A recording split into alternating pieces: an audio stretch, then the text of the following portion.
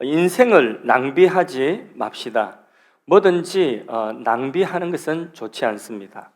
돈도 낭비하면 좋지 않고, 물도 낭비하면 좋지 않고, 전기도 낭비하면 좋지 않습니다. 그런데 우리의 인생을 낭비한다면 그거는 크나큰 재앙입니다. 우리의 인생이 낭비가 없는 인생이 되어야 되겠습니다. 사도 바울은 예수님을 믿기 전에 똑똑한 사람이었습니다. 세상적으로 똑똑해서 하여튼 자기 잘난 맛에 살았습니다. 자기가 옳다고 생각한 일을 하며 살았지만은 그것이 하나님의 뜻을 거스리는 일이었고 교회를 핍박하는 일이었습니다. 그런데 그가 예수님을 믿게 되고 하나님 앞에 자기가 얼마나 큰 죄인이고, 그리고 그 죄를 예수님의 피로 속죄받고 얻은 하나님이 주신 그 천국이 얼마나 귀하고 영생이 얼마나 귀한지, 그리고 그 천국을 향하여 나아가는 삶의 사명의 삶이 얼마나 귀한지 깨닫게 된 거죠.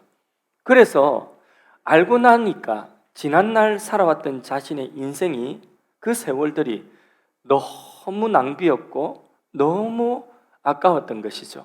그래서 예수 만나고 난 이후의 삶은, 그의 삶은 전혀 낭비 없는 그런 한순간이라도 흑토로 사용하지 아니하는 그런 삶을 살게 되었던 것이죠. 그래서 1차, 2차, 3차 온 세계를 다니면서 복음을 전하고 사람을 세우고 제자 삼고 교회를 세우고, 또 그 세워진 교회들이 흔들릴 때마다 말씀으로 그 교회를 든든하게 또 바로잡아주고, 이런 일들을 하면서 그의 평생에 성경을, 신약 성경 13권을 기록하였습니다. 더 이상 그의 인생은 낭비가 없었습니다. 정말 값지고 소중한 인생을 살았습니다. 우리도 한 번뿐인 인생 낭비 없이 남은 생에는 값지고 소중하게 살 수 있기를 축복합니다. 감히 여기에 끼워서 말씀드릴 바가 아니지만은 저의 성장 과정에 5년 내지는 6년 정도 인생의 심한 방황을 겪은 적이 있습니다. 신앙의 방황, 인생의 방황, 그 방황의 시간들이 나중에 내가 예수님을 만나고 나니까 너무나 아깝고, 그 낭비했던 5, 6년의 시간이 너무 마음속에 아까워서 그 시간을 어떻게 벌 수 있을까? 어떻게 보충하여 채울 수 있을까? 그래서 예수님 인격적으로 만난 이후에 청년 때에 만났는데, 그 이후에 시간을, 정말 그 시간을 잃어버렸던, 낭비했던 시간을 채우기 위하여서 시간을 시 단위도 아니고 분 단위로 나누어서 공부하고 그렇게 사역하며 살았습니다. 인생 여러분 길지 않습니다. 몇 차례 방황하고 시행착오 겪고 나면 몇 년이 금방 지나가 버립니다. 몇 차례 그렇게 잘못된 길로 갔다가 잘못됐구나 깨닫는 그것이 서너 차례만 지나가면 인생 10년, 20년 금방 지나가고 머리는 휘어지고 황혼이 우리를 기다리고 있는 것입니다. 그렇게 짧은 인생 후회 없이, 우리가 예수를 만나기 전에는 그렇게 살았다 할지라도 예수 만난 이후에는 인생 방황 없이 그렇게 우리가 낭비함이 없이 살아야 되지 않겠습니까? 혹시 지금 이 시간에도 영적으로 방황을 끝내지 못한 분이 계시다면, 또 시험에 들어 있는 분들이 계시다면, 영적인 침륜에 빠져서 아무것도 하지 못하고 힘을 잃고 있는 분이 계시다고 한다면, 여전히 아직도 세상에 헛되고 헛된 것들을 추구하면서 재물이나 명예나 지위나 잠시 있다가 없어지고 이 땅에서만 유효하지 영원한 나라에서 유효하지 못할 그런 것들을 목매달고 오늘도 갈망하며 쫓아가고 있는 그런 삶을 살고 계신 분들이 오늘 이 시간 이 자리에 계시다고 한다면, 이 예배를 통하여서 정신을 차리시고 남은 생에 낭비 없이 살아가는 은혜를 얻기를 주님 이름으로 축원합니다. 사도행전 20장 24절, 오늘 이 본문은 사도행전의 요절이라고도 할 수 있는 본문 중에 하나입니다. 그리고 사도 바울의 인생의 요약이라고 할 수도 있는 본문입니다. 사도 바울이 3차 전도 여행을 다니던 중에 지금의 터키, 튀르기예죠. 그 소아시아의 에베소라고 하는 도시에 머물렀습니다. 그 도시에서 2년 동안에 두란노 서원이라고 하는 그곳에는 사람들이 와서 또 강의도 듣고 또 토론도 하고 이랬던 곳입니다. 그래서 철학 논쟁도 하고 새로운 것을 배우기도 하고, 이 두란노 서원에 그 많은 사람들이 사도 바울이 2년 동안에 머무는 동안에 복음을 들었습니다. 아시아 전역에서 사람들이 이곳에 와서 사도 바울을 통하여서 복음을 들었습니다. 그리고 예수를 믿고, 그리고 자기가 사는 곳 또 다른 아시아 다른 지역으로 가서 또 다른 사람들에게 복음을 전했습니다. 그렇게 교회가 세워지게 되었고 교회 일꾼들이 세워지게 되었습니다. 2년 동안에 사도 바울은 많은 일을 하였고, 이 2년의 기간 동안에 성경 고린도 전서라고 하는 성경을 기록하였습니다. 그때에 2년 동안의 이 바울의 사역이 얼마나 영향력이 있었던지, 그 에베소 지역은 섬기던 원래 신이 무슨 신이냐면 여신인데 아데미라고 하는 여신을 섬기고, 아데미 여신상이 그 도시의 중앙에 아주 웅장하게 세워져 있습니다. 사람들은 집집마다 아데미 신상을 가지고 있습니다. 어떤 사람들은, 또 여인들은 그것을 목걸이처럼 부적처럼 작은 주물로 아데미 여신상을 몸에 지니고 다녔습니다. 그런데 그렇게 아데미 여신상을 만드는 그 사업이 쫄딱 망할 정도로, 그 정도로 2년 동안의 바울의 복음 사역에 그 에베소에 우상을 버리는 일들이 많이 일어났습니다. 지난 주간에 제가 이 손님이 오셔서 선교사님 모시고 이 지역의 어느 식당에 그 해물국 하는데 거기에 가서 밥을 먹었습니다. 왜 웃습니까? 해물국, 예, 해물국을 먹으러 갔는데, 그런데 뭐 좀 이상한가? 예, 해물탕 미안해요. 왜 웃나 싶었어요. 해물탕, 예, 해물탕을 먹으러 갔는데 평소에 그 집이 점심 때 되면 사람이 굉장히 많은 곳입니다. 그래서 대기가 있는 곳인데 가니까 그날에는 사람이 없는 거예요. 몇 테이블 그냥 비어 있는 겁니다. 그래서 바로 식사를 했습니다. 먹고 이상하다 싶어서 나와서 주인장에게 물어봤습니다. 오늘은 왜 이렇게 사람이 없냐? 전에는 사람이 대기가 있었는데 왜 이렇게 사람이 없냐? 그러니까, 아니 모르셨어요? 지금 일본의 그 후쿠시마 오염수 방류하는 바람에 지금 손님이 또 끊겼다는 거죠. 그게 방류를 하더라도 돌아서 2, 3년, 뭐 길게는 4년 이후에 우리나라 바다로 온다는데 아직 붙지도 않아서 사람들이 안 먹는다는 거죠. 그래서 손님이 깜짝 놀랐습니다. 이게 뭐냐면 영향력이라고, 영향이라고 하는 거죠. 사도 바울이 복음을 에베소에서 2년 동안 전하는 동안에 그 에베소 그 신 주물을 만드는 아데미 주물을 만드는 주물상 조합이 다 망하게 될 정도니까 이 사람들이 이러다가 우리 망하겠다 싶어서 광장에 나와서 소동을 일으키는, 선동하는 것입니다. 사람들을 선동하며 아주 괴악한 자가 들어와서 우리 아데미 신을 허문다는 거죠. 여신을 허문다는 것입니다. 그러면 선동하니까 사람들이 그 선동에 받아서 막 소요가 일어나서 광장이 전부 다 막 흥분해가지고 소리를 지릅니다. 크도다 아데미 여신이여, 에베소의 여신이여, 큰 소리로 외치고, 그러면서 그 광장에 큰 소동이 일어나니까 2시간 동안을 소동이 일어났습니다. 만일에 그 자리에 사도 바울이 붙잡혔다고 한다면 큰 변을 당했을 것입니다.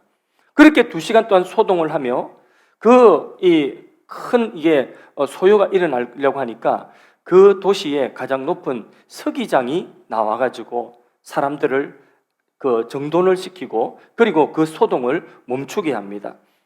그러면서 여러분 멈추십시오 하고 진정을 시킵니다.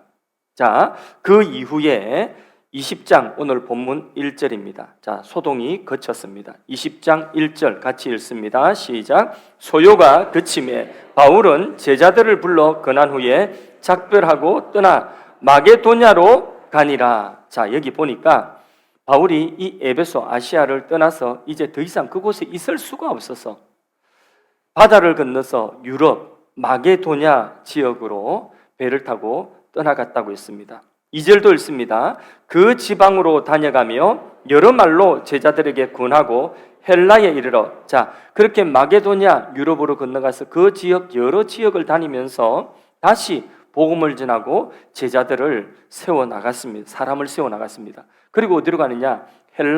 헬라는 그리스 지역인데 성경에 고린도라고 하는 지역이라 보면 정확합니다. 그 고린도에 이르러, 자, 3절을 읽습니다. 거기 석 달 동안 있다가 배 타고 수리아로 가고자 할 그때에 유대인들이 자기를 해하려고 공모함으로 마게도냐를 거쳐 돌아가기로 작정하니, 그 고린도에서 석 달을 머물면서 사역을 합니다. 그 석 달 동안에 우리가 잘 아는 성경 로마스라고 하는 성경을 또 기록하게 되는 것입니다. 그리고 다시 마게도냐로 돌아가서는 고린도 후스라고 하는 성경을 기록합니다. 오늘 읽은 사도행전 20장 이 본문 속에 이 로마서도 기록되고 고린도 후서도 기록되고, 이렇게 성경은 앞에도 이야기했죠. 에베소에서는 뭘 기록했다고요? 고린도 전서, 성경 3권을 기록을 합니다. 바울은 시간 있으면 복음을 전하고 사람을 세우고, 그리고 제자 삼고 교회를 든든하게 하고 교회를 세우고, 이런 일을 하면서 또 틈이 나면 글을 쓰고 또 편지를 쓰고 성경을 기록하는, 그러니까 바울의 인생에 한 짜투리라도 버릴 것이 없는 거예요. 낭비가 없는 그런 삶을 살고 있습니다. 4절 5절 말씀을 또 읽어보도록 하겠습니다. 아시아까지 함께 가는 자는 베리아 사람 브로의 아들 소바도와 데살로니가 사람 아리스타고와 세군도와 더베 사람 가이오와 미 디모데와 아시아 사람 두기오와 드로비모라. 그들은 먼저 가서 드로아에서 우리를 기다리더라. 다시 유럽을 떠나서 배를 타고 아시아로 돌아가려는데, 여기 동행했던 사람들의 이름이 쭉 나옵니다. 베리아 사람 브로의 아들 소바다, 데살로니가 사람 아리스타고. 여러분 방언을 받고 싶으면 이 성경에 나오는 이 부분을, 사람들 이름을 빨리 여러 번 반복해서 읽으면 방언을 받을 수도 있습니다. 이 성경을 많이 읽어보지 않은 사람은 사람 이름이 굉장히 이게 어렵습니다. 근데 이 정도 발음하는 것은 우리 굉장히 성경을 많이 읽고 수준이 높은 것입니다. 여기에 동행했던 바울의 동역자들 다 예수님의 제자들이고, 그리고 소중한 일꾼들이었습니다. 바울이 복음 전하여 세운 제자들이었습니다. 그 중에 아리스타고, 바울과 함께 복음을 위하여서 감옥에까지 갇혔던 사람입니다. 가이오, 골로새서와 에베소서 성경에도 나오는 인물인데 사랑받는 형제요, 신실한 일꾼이요, 주 안에 삼긴 종된 자라고 소개를 하고 있습니다. 두기고, 역시 골로새서와 에베소서라고 하는 성경 서신을 전달한 사람입니다. 나중에 이 두기고는 순교의 제물이 됩니다. 바울은 가는 곳마다 이렇게 사람을 세우는 일을 하는 거죠. 사람을 키우고 하나님의 일꾼들을 세워나가는 이런 사역을 해나갔습니다. 그래서 바울의 인생은요, 낭비가 없고 바울의 인생이 떠나도 바울의 인생에 남은 것들이 있는 거죠. 한마디로 정말 값진 인생입니다. 우리 교회가 교회를 세워서 이곳에 건물을 남기면 주님 앞에 칭찬받겠습니까? 우리 교회가 무엇을 남기면 칭찬받겠습니까? 우리 교회가 사람을 남기고 그리스도의 제자들을 남기면 주님 앞에 칭찬받는 교회 되는 줄로 믿습니다. 교회는 사람을 세우고 사람을 남겨야 돼요. 하나님의 일꾼들을 남겨야 돼요.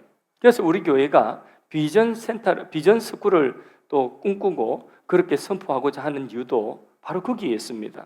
우리가 이 세상 살다가 떠나간다 할지라도, 여기 계신 분들이 다 이 세상에 잠시 살다가 천국 간다 할지라도, 그 비전 스쿨을 통하여서 다음 세대가 하나님의 나라의 가치관으로 무장되어져서 하나님의 나라의 일꾼들로 세워져서 또 다른 다음 세대를 세워나가는 그 일이 계속 이루어지고 있다면, 그러면 우리의 인생과 우리 교회는 낭비하는 인생과 교회가 아니라 정말 값지고 소중한 영원히 남는 일을 하는 것입니다. 할렐루야. 여러분의 삶 속에서 열심히 지금 일을 하고 계신데 밤잠 안 자고 일하면서 하는 그 목적이 무엇입니까? 만일에 아파트를 남기고 부동산을 남기고 주식을 남겨서 그것 가지고 자녀들에게 남겨주고 싶습니까? 여러분, 자녀들에게 뭐 많이 남겨주려고 생각하지 마십시오. 잘할 때에 공부 잘하고 자기의 재능을 살려서 훌륭한 사람 될 수 있도록 자기 앞가름할 수 있는 사람 될 수 있도록 공부시켜주면 되고 결혼시켜주면 되고, 그리고 가정을 이루었다 하면 자기 앞가름할 때 되면 더 이상 주려고 생각하지 마십시오. 주봤자 유익된 것도 없습니다. 주어서 그것이 해가 될 수도 있습니다. 우리 주위에 종종 들려오는 소식은 그 얼마 되지도 않는 재산 가지고 부모 떠나고 나니까 자녀들이 남아가지고 그것 가지고 의해하지 못하고 깨어지고 의상하고 그런 일들을 우리 주위에서 종종 보지 않습니까? 말하고 그럽니까? 이 세상에 사람들 가운데도 시장에서 노점에서 콩나물 팔고 평생 콩나물 나물 팔아가지고 모은 돈 몇 억의 돈을 모아가지고 그 돈을 인재 키운다고 대학에 기증하고 가는 분들이 있지 않습니까? 그런 분들 보면 기감된다고 그러잖아요. 우리 예수 믿는 사람들이 뭘 해가지고 자녀들 다 자기 앞가람 하는데 거기 뭘 더 준다고 생각하고, 여러분 그렇게 해서 아파트를 몇 평짜리를 남기면 길이 남겠습니까? 부동산을 얼마만큼 남기면 길이 남겠습니까? 물론 자녀들이 좀 부족하고 너무 힘들고 그러면 뭔가 좀 해줄 수 있는 것들을 그렇게 해주는 게 부모 상징, 인지 상징입니다. 그런데 그게 아니라 다 자기 앞가름 하는데 뭘 더 남겨주려고 하지 마십시오. 세대의 믿음의 유산을 남겨주도록 하십시오. 우리가 떠난 그 자리에 자녀들이 또 다음 세대가, 그 다음 세대가 계속해서 생명의 역사가 일어나는 이런 일들에 우리 교회 안에서도 여러분 유산 남기지 말고 그런 일에 여러분들 쓰고 가십시오. 살아있는 동안에 하나님이 주신 것들을 하나님의 아름다운 일들을 위하여서 넉넉하게 쓰고 가는 주의 백성들 되기를 바랍니다. 예수님은 가는 곳마다 건물 세운 것이 아니라 사람 세웠습니다. 3년 동안 평범한 어부들, 어쩌면 좀 부족한 사람들 불러가지고 제자로 삼고 사도가 되게 하셨어요. 교회의 터가 되게 하셨어요. 그리고 그 사도들이 다 자기 역할들을 감당했습니다. 여러분, 하나님의 나라, 하나님 손에 들린 가장 큰 무기는 무엇이겠습니까? 총칼이겠습니까? 건물이겠습니까? 재산이겠습니까? 그런 것이 아닙니다. 말씀으로 무장된 사람인 것입니다. 자신만을 위해서 사는 사람은 인생을 어쩌면 낭비하고 있습니다. 많은 것들을 남겨가지고 자식들에게 물려주고 가려고 하는 사람은 어쩌면 그 모든 것들을 낭비하는 삶을 살 수도 있는 것입니다. 여러분, 우리의 인생이 낭비 없는 인생 되었으면 좋겠습니다. 하나님이 주신 소중한 인생, 사도 바울은 만나는 사람들, 잠시 함께 여행을 하고 길을 가도 그 사람이 사도 바울에게 강한 영향력을 받아서 바울 안에 있는 예수를 그도 믿게 되고 바울 안에 따라 순종하는 그 말씀이 그들의 삶의 가치관이 되어지도록 그렇게 영향을 미쳤습니다. 향기가 묻어나는 거죠. 숨길 수 없습니다. 고깃집에 가가지고 2시간 앉아서 고기 구워 먹고 나면 사람 만나면 그 사람이 내가 오늘 뭐 먹은지 알겠습니까? 모르겠습니까? 어떻게 뭐 먹었지요? 아이고 어떻게 알았어? 미안해. 혼자 먹었어요? 아이 미안해. 다음에 같이 먹자. 고기 먹은 것이 2시간만 고기 구워 먹고 있어도 그거 다 아는 것입니다. 그러니까 사람이 그 향기가 묻어나오는 것이에요.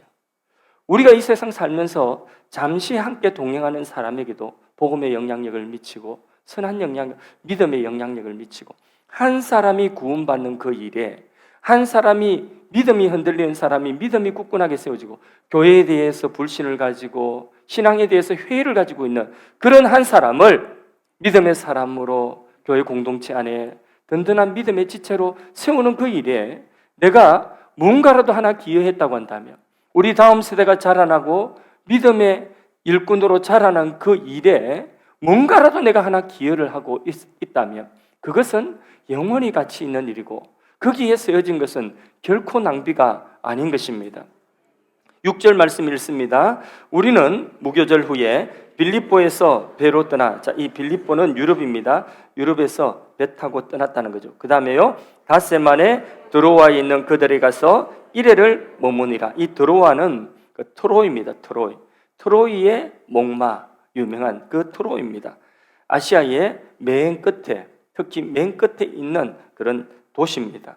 사도 바울이 처음 유럽에 갈 때에 그때에 이 트로이에 와가지고 여기서 환상을 봤죠. 유럽 사람들이 와서 우리를 도와라는 환상을 본 바로 그곳입니다. 그곳에 다시 유럽에서 건너와서 이 드로아에 7일 동안에 머물게 됩니다. 그 7일 동안에 하나님의 말씀을 한 곳에서 강론합니다. 7절 말씀을 읽어보겠습니다. 그 주간의 첫날에 우리가 떡을 때리 하여 모였더니 바울이 이튿날 떠나고자 하여 그들에게 강론할세 말을 밤중까지 계속하며 무리가 모인 윗다락에 등불을 많이 켰는데, 여기 7절에 그 주간의 첫날은 무슨 날을 말할까요? 주일날입니다. 주일. 그 주간의 첫날 주일날. 그래서 초대교회는 구약의 안식일, 토요일 안식일 지키던 그 전통을 떠나서 예수님 부활하신 그 주간의 첫날 주일날 모였던 것이 오늘 그 사도들 초대교회 전통이 오늘 우리가 안식일 지키듯이 주일을 지키는 것입니다. 그래서 이 초대교회는 하여튼 예배하는 이 시간에 모이기를 아주 잘 모였다는 거예요. 열심히 모였습니다. 주의 이름으로 모이는 일들은 낭비가 없습니다. 주의 이름으로 모여서 예배하는 일에는 낭비가 없습니다. 오히려 예배 시간에 예배 대신에 뭐 가정의 일을 하든지 잠자든지 놀러 가든지 누구 만나든지 그 시간이 낭비입니다. 예배 시간에 예배 드리지 못한 다른 데에 대체해서 그 예배 시간을 쓴다면 그것이 오히려 인생의 낭비라고 하는 것을 알아야 됩니다. 하나님과의 만남인 예배 속에는 낭비가 없습니다. 예배를 드리기 위해서 어떤 분은 1시간, 2시간 차를 타고 오시는 분도 있습니다. 그런 분들, 인천에서 오시는 분도 있습니다.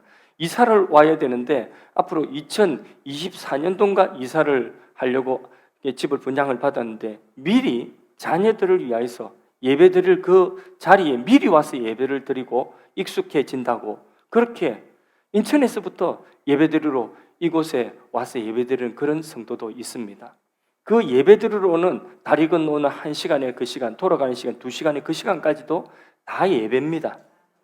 그 시간들을 어떤 사람들은 뭐 가까운 데까지 이렇게 생각할 수 있겠지만은, 그러나 그 모든 시간들이 예배와 관련된 시간은 낭비가 없습니다. 우리 성가대원들도 찬양하기 위해서 아침에 일찍 나와서 찬양하고, 그리고 연습하고, 그리고 어제 저녁에도 모여서 연습하고. 제가 보니까 우리 성가대는 좀 이상하더라고요. 파트 연습을 안 시켜요.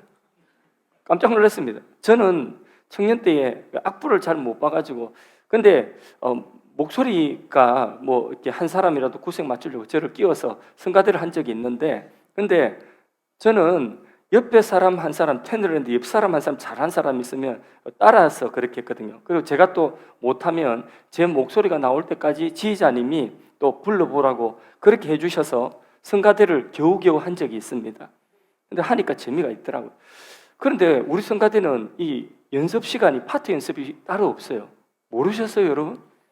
집에서 그거 다 해가지고 와요. 파트 연습은 와서 연습 시간에 맞추는 걸 합니다.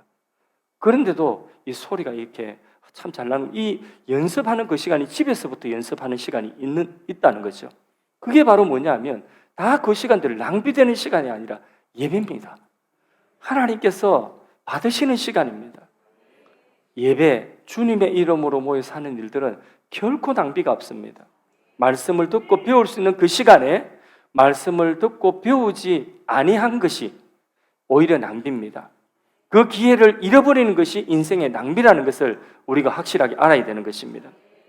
여기 보니까 밤중까지 윗다락에 등불을 많이 켜놓고 밤중까지 말씀을 사모하여서 그 말씀의 강론을 계속 듣고 있습니다. 이게 하나님이 원하시는 모습이고 기뻐하시는 모습입니다. 말씀을 사모하는 그 교회, 말씀을 사모하지 않는 교회, 가정, 개인의 신앙은 조그마한 바람만 불어와도 곧 무너지기 쉽습니다. 금방 흔들려 버립니다. 제가 만일에 여러분 목사가 되어서 제가 팔랑귀가 돼서 여기서 무슨 말하면 그게 좋은갑다 이러고 우리 전부 여기로 갑시다 하고 다 따라가가. 그리고 또 가가지고 열심히 하다 보니까 그게 아니에요. 그래서 이게 아닌가 보네 이러고 또 이쪽에서 뭐라게 하니까 팔랑귀가 돼가지고 이쪽으로 또 가가지고 목사가 이리 갔다 저리 갔다 성도들 데리고 여기 갔다가 여기 아닌가 봐 저기 갔다 저쪽 산에 올랐다 이쪽 산에 올랐다. 얼마나 피곤합니까? 여러분, 제가 목사라고 한다면 하나님의 진리의 말씀 위에 굳건하게 서가지고 말씀의 분명한 근거를 가지고 하나님의 말씀이 내 안에 주신 꿈이 있고 하나님의 말씀이 내 안에 주시는 비전이 있으면 그 비전을 선포하며 나아갈 때에 옆에서 뭐라고 하고 아니 목사님 뭐 돈이 어디 있습니까? 뭐 계산이 뭐 어떻고 뭐 이래 세상 논리를 갖다 대도 욕을 어떤 묵든지 말았든지 간에 하나님의 말씀 붙들고 나아가는 그런 목사가 된다고 한다면 교회는 됩니다. 결국은 그 교회가 하나님의 일을 이루게 되는 것입니다. 그런데 이게 아니라 말씀이 아니라 여기저기 세상 유행 따라 막 팔랑귀대가 여기 갔다가 저기 갔다가 이렇게 한다고 한다면 그 교회는 바르게 세워질 수가 없어요.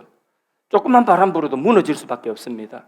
요거도 먹고 돌팔매를 맞아도 진리의 말씀 위에 목사가 끌고 나가면 그러면 교회가 그 방향으로 나갈 때에 하나님의 역사가 이루어지는 줄로 믿습니다. 하나님의 말씀이 왕성하고 하나님의 말씀이 왕성한 가정, 교회, 개인의 신앙은 절대 무너지지 않습니다. 욕을 먹어도 무너지지 않고 결국은 욕하던 사람들까지도 그 일에 하나님의 영광을 같이 돌리는 역사가 일어나게 될 줄로 믿습니다.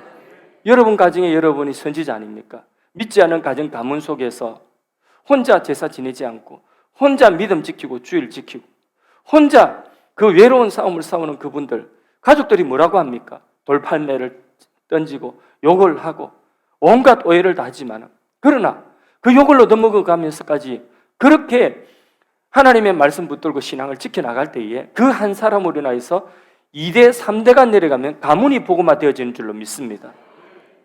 그것을 우리가 눈으로 다 보고 있지 않습니까? 아침부터 저녁까지 강론이 계속 이어지는데 초대교회는 모일 때마다 말씀을 들을 뿐만 아니라 예찬을 함께 나누었습니다. 지금은 이제 우리가 예배를 드리고 난 후에 식사를 따로 하고 성찬 예식은 따로 구별하여서 하지만은 초대교회 그 당시에는 예찬이 말씀이 끝도 없어요. 몇 시부터 몇 시까지 한다는 것이 없으니까 말씀 듣다가 밥 때 되면 또 밥 먹고 이렇게 하는 것입니다. 그게 예찬이 그 예찬을 나누면서 떡을 떼면서 주님의 또 죽으심을 또 같이 생각하고 그러면서 한 몸이 되어지는데 그 떡이 어디서 나오느냐? 부여에서가 아니라 다 가난한 사람, 다 모든 사람들이 자기 집에 있는 거 아까워하지 않고 그래서 가져와서 함께 나누는 것입니다. 함께 떡을 떼고 나누는 것입니다. 어려운 중에서도 가지고 와서 함께 먹습니다. 그리고 같이 예배드리고 함께 또 나누고 한 몸으로 그렇게 지어져 가는 것이죠.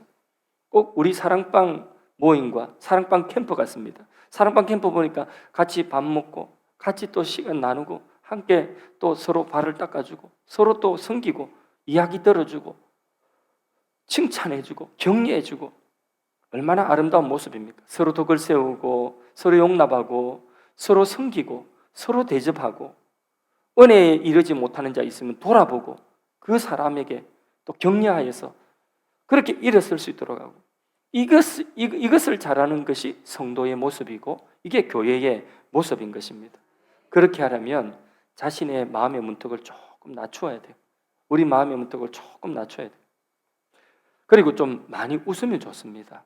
예, 웃으면 좋다니까 지금 착 입꼬리가 올라가시는 분들이 있는데 많이 웃으셔야 돼요. 우리 교회가 다른 분들 손님들이 오시면 우리 교회 오셔서 하시는 말씀이 다 뭐라고 말씀하시느냐? 첫째, 교회가 젊다. 얼마 전에 또 강사로 오신 목사님도 그런 말씀, 교회가 젊다.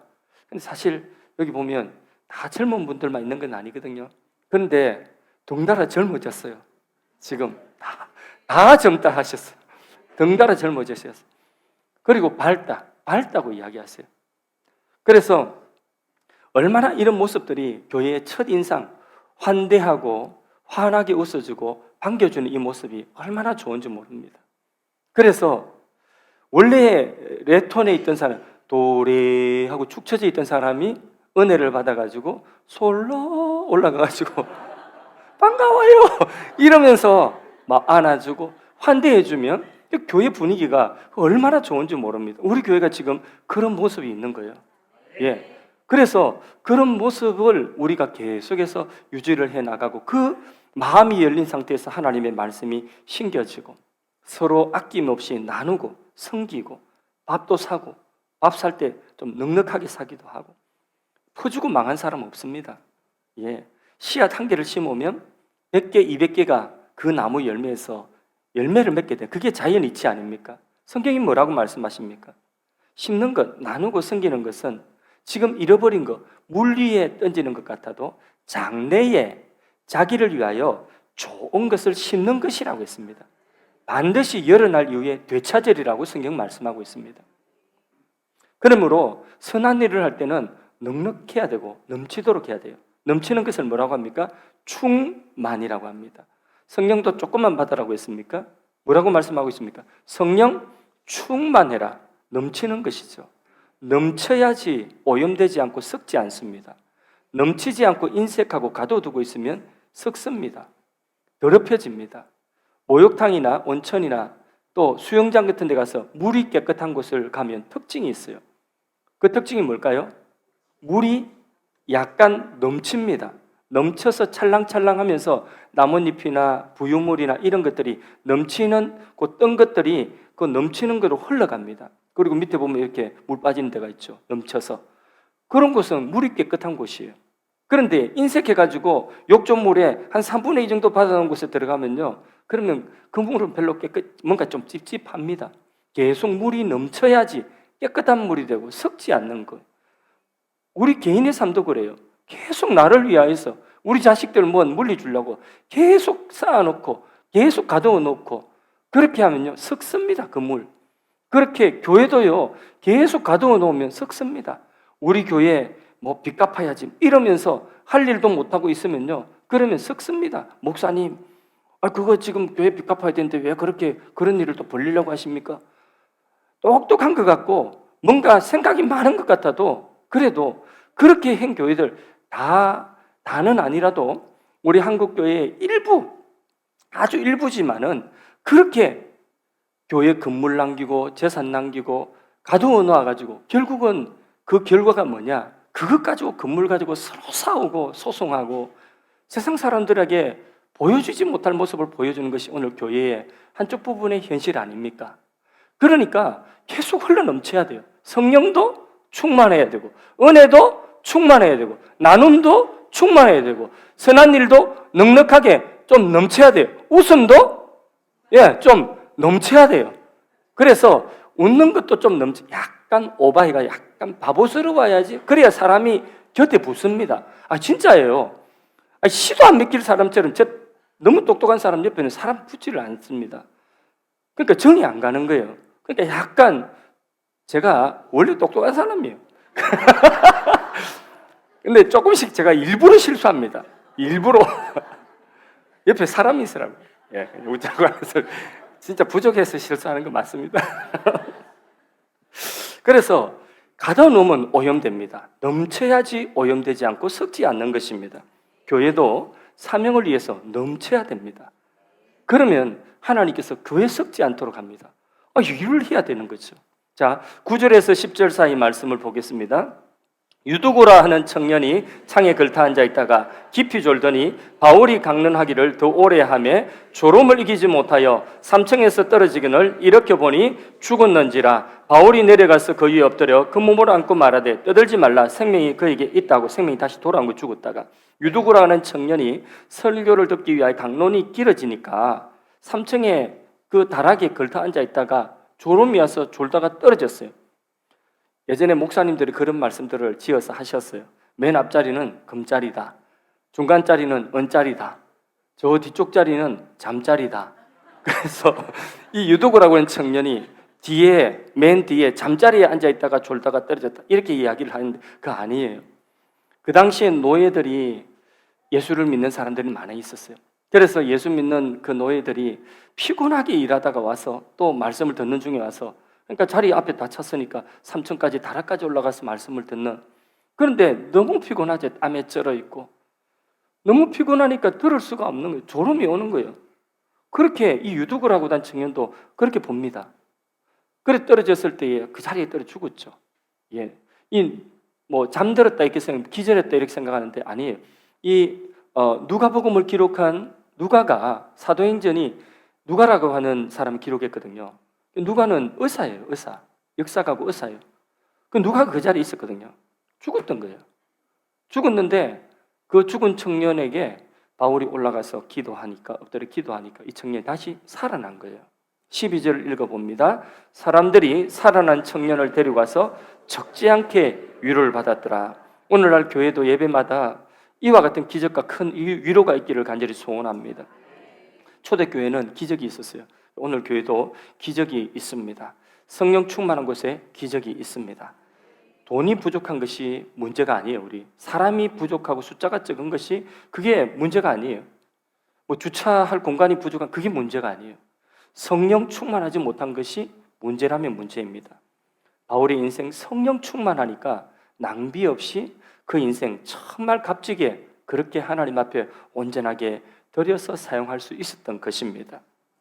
오늘 우리도 바울의 사역, 수많은 교회들을 세우고 수많은 제자들을 세우고 성경 13권을 기록하고 그의 인생 예수를 만나고 난 이후에 헛으로 버리고 낭비하는 것이 없었습니다. 바울의 사역을 기록한 그 기록이 바울의 일생을 기록한 그 기록이 사도행전의 절반입니다. 바울의 그 사역을 기록한 것이 성경이 되었다는 거죠. 사도행전이라는 성경이. 이 얼마나 큰 영광입니까? 근데 사람들은요, 사도 바울이 많이 배운 사람이고 똑똑한 사람이고 좋은 직장 가지고 있는 사람이고 문벌 좋은 사람이고 로마 시민권 가진 사람이고 정말 세상적으로는 뭐 하려고 하면 대단한 사람이었어요. 그런데 그 사람이 이런 모든 것들을 다 그의 말로 배설물처럼 여기면서 온 세계 쫓아다니고 욕먹고 돌맞고 매맞고 이러면서 다니면서 이 일을 하니까 바울을 알던 사람들이 그를 미쳤다, 저 미쳤구나, 인생을 저렇게 낭비하나, 그가 가진 그 좋은 것들을 왜 저렇게 낭비하나, 그 좋은 지위를 왜 저렇게 낭비하나, 낭비라고 생각했겠죠. 근데 낭비가 아니라 여러분, 우리가 이 세상에 살면서 좋은 직장 가지면 그 좋은 직장 몇 년 갑니까? 그 직장에 내가 있었다고 그 직장에 내가 있었다는 것이 얼마나 내 죽고 난 이후에도 그게 계속 갑니까? 직장 퇴직하고 나오면 아무리 임원이라도 옷 벗고 나면 그때부터 신용 등급이 달라집니다. 아시지 않습니까? 예, 얼마나 오래 갑니까 그게? 아파트 집을 좋은 집을 샀다 한들 그 집 사놓고 내가 세상 떠나면 내 이름이 그 집 사놨다고 얼마나 오래 갑니까? 주식과 부동산을 사놓고 재산을 좀 얼마만큼 모았다고 하면 그 재산 두고 세상 떠나고 나면 그것 때문에 그 재산 모았다고 내 이름이 얼마나 자자손손 이름이 길이 빛나겠습니까? 바울이 바리새인으로 학자로 그렇게 예수 모르고 살았다고 한다면 그 바울이 이름이 오늘까지 이렇게 빛이 나겠습니까? 여러분, 우리의 인생 유한합니다. 24절 말씀해 보면 이게 바울의 인생의 요약입니다. 같이 한번 읽어보겠습니다. 내가 달려갈 길과 주 예수께 받은 사명 곧 하나님의 은혜의 복음을 증언한 일을 마치려 하면은 나의 생명조차 조금도 귀한 것으로 여기지 아니하노라. 아멘. 한 번뿐인 인생 낭비하지 맙시다. 더 이상 헛되고 헛된 것들을 쫓아서 그것에 목말라서 사람들의 인정, 재산, 또 어떤 평판 이런 것들을 위하여서 우리 인생 목말라 살지 마시고요. 그런 삶은 가장 귀한 예수님을 부인하는 삶이 될 수 있습니다. 예수를 믿고 말씀 안에 살아가는 삶이야말로 가장 복된 삶입니다. 그 가치는 이루 말로 할 수 없고 청량할 수 없습니다. 내게 복이 올 때에 여러분 기회를 놓치지 마십시오. 기꺼이 하나님이 우리를 향한 그 하나님의 계획을 우리에게 알려주실 때 그 계획에 헌신하십시오. 시간을 기꺼이 들이십시오. 아깝지 않습니다. 낭비 아닙니다. 우리의 삶을 영원히 복된 삶으로 거룩한 주님의 나라를 세워가는 그 일에 할 수 있다면 한 부분이라도 사도 바울처럼 우리가 그렇게 살지는 못한다 할지라도 하나님이 나를 서게 하신 그 자리에서 우리에게 향하신 하나님의 그 계획을 우리가 믿음으로 순종할 때에 하나님은 그 삶을 영원히 인정하여 주실 것입니다. 한 사람을 구원하는 그 일에 나의 뭔가가 조금이라도 쓰임받았다면 그것은 영원히 값진 일입니다. 한 사람을 주님의 제자 삼는 그 일이 온 세상을 구원하는 일이기 때문입니다. 그래서 나를 통하여서 한 사람이 주님 앞에 돌아왔다. 제자가 되었다. 믿음이 흔들리고 있는 사람이 그 한 사람이 믿음이 다시 세워졌다.